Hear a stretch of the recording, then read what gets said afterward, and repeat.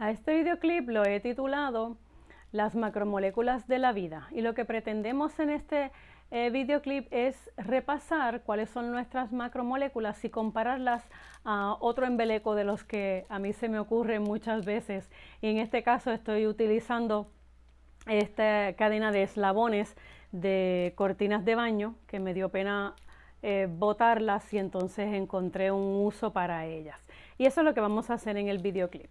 Recuerden que las 4 macromoléculas de la vida representan a los carbohidratos, a las proteínas, a los lípidos y a los ácidos nucleicos.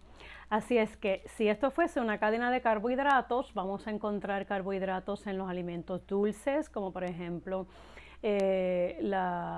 los mantecados, los bizcochos, las donas, todos los que sean de azúcares procesados, las maltas, los jugos, las frutas.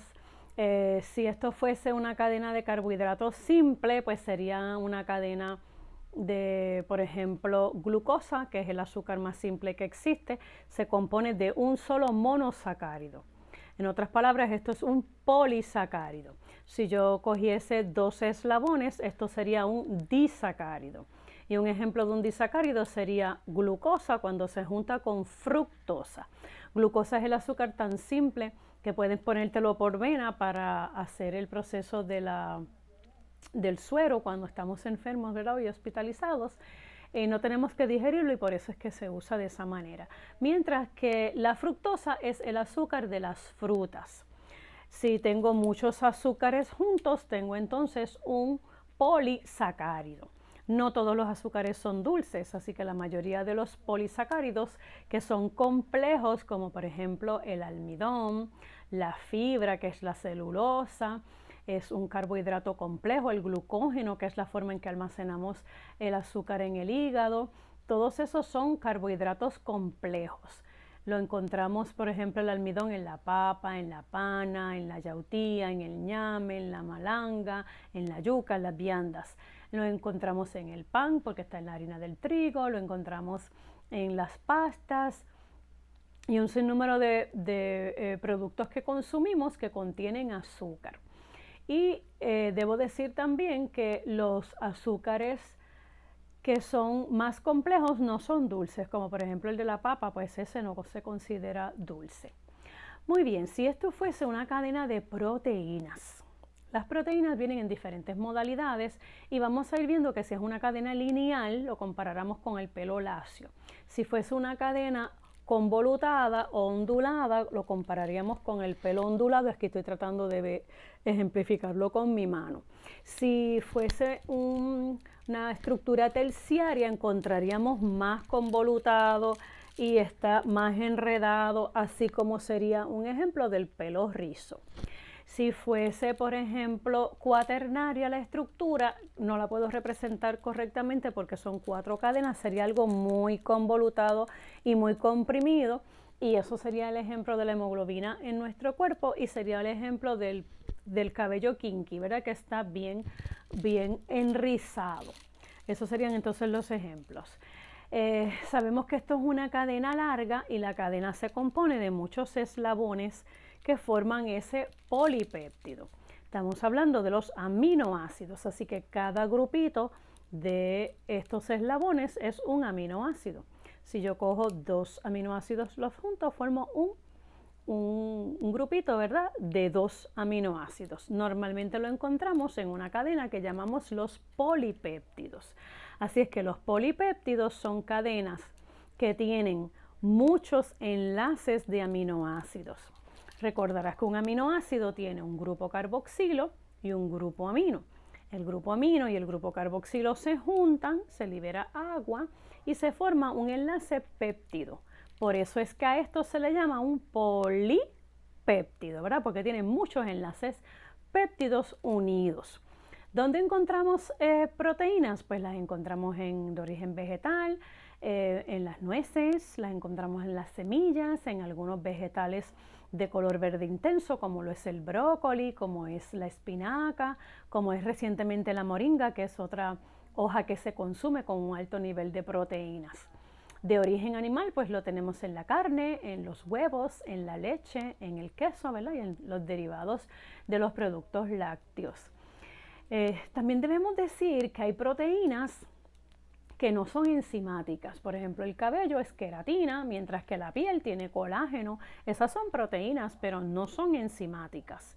Sin embargo, todas las que son enzimáticas son proteínas. Sin embargo, estas no terminan en ina como la mayoría de las proteínas, pero terminan en asa. Así es que tenemos la amilasa, que degrada el almidón, tenemos la lipasa, que degrada los lípidos, tenemos la proteinasa, que degrada las proteínas en términos generales, porque cada enzima es específica.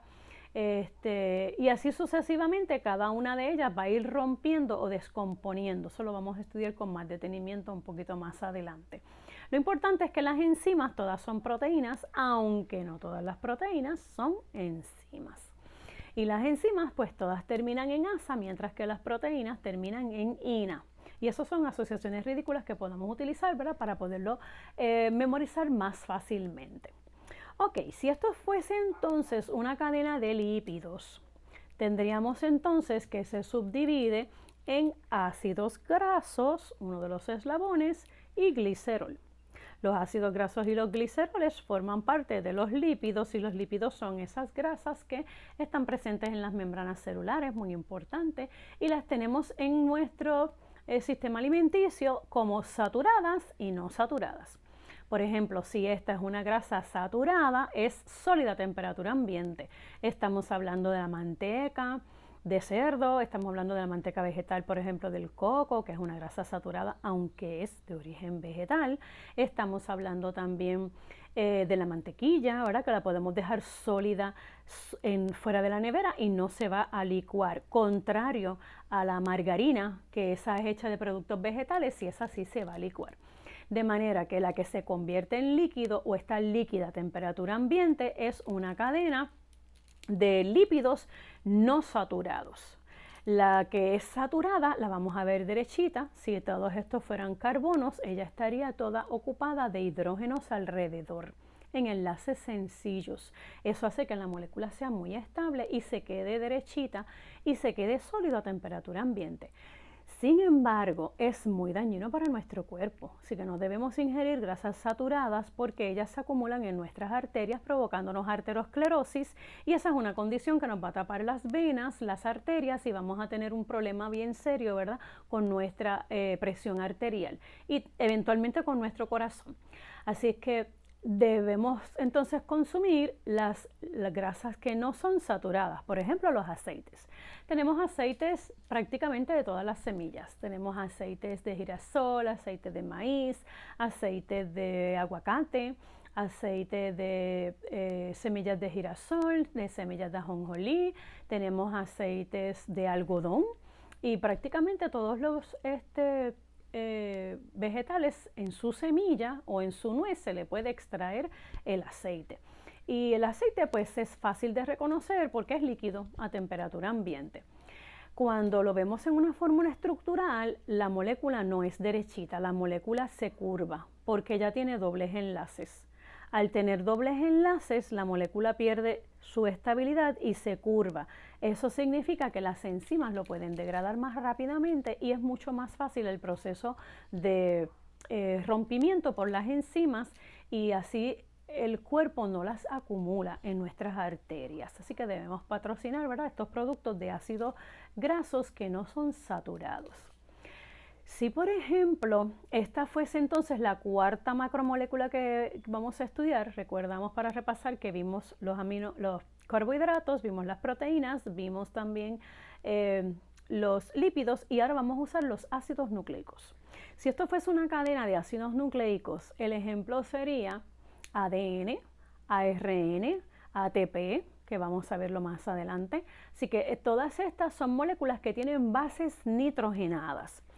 La subunidad a la que se divide el ácido nucleico se compone de un nucleótido, y un nucleótido a su misma vez se compone de 3 subunidades. La primera subunidad sería un azúcar que se llama ribosa, la segunda subunidad sería un grupo fosfato, y el tercero sería una base de nitrógeno, ¿verdad? Tiene un anillo con muchos átomos de nitrógeno y eso representaría entonces nuestros ácidos nucleicos.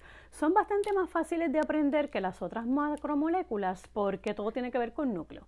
Así que ácido nucleico se compone de nucleótidos que están dentro del núcleo y recuerda que dentro del núcleo vamos a tener los cromosomas que se componen de ADN y también en el núcleo vamos a tener el ARN dentro del nucleolo, que es una estructura más pequeñita dentro del núcleo, rica en ARN, que es un ácido nucleico. Así que repasamos, estudiamos entonces que si esto fuese una cadena de carbohidratos, cada una de las subunidades sería un monosacárido. Si esta fuese una cadena de un polipéptido o una proteína, cada una de las subunidades o los eslabones sería un aminoácido. Si este fuese una cadena de un lípido, cada uno de los eslabones sería un ácido graso y una molécula de glicerol. Y si esto fuese una cadena de ácidos nucleicos, se compondría de subunidades llamadas nucleótidos y que cada nucleótido se compone de un azúcar, de una base nitrogenada y de un grupo fosfato. Pues hasta aquí este videoclip. Ojalá que sea más fácil para ti aprenderlo de esta manera y que puedas entonces aplicarlo a las situaciones de la vida real. Y si en tu casa pues tienes cortina de baño, cada vez que te bañes pues te vas a acordar, ¿verdad? De esta asociación y puedes hacerlo en arroz y habichuela. ¿Qué hago? Te recomiendo que lo hagas así sencillo, de manera que cuando tú comas, no importa lo que comas, puedas explicarle a tu compañero, a tu compañera, a tu familiar, a tu esposo, tu esposa, a tu novio, tu novia, lo que sea, de qué se compone el plato que estás ingiriendo ese día. De esa manera puedes hacer más fácil el proceso de internalizar los conceptos que son difíciles de este curso. Y hasta aquí este videoclip. Nos veremos en el próximo.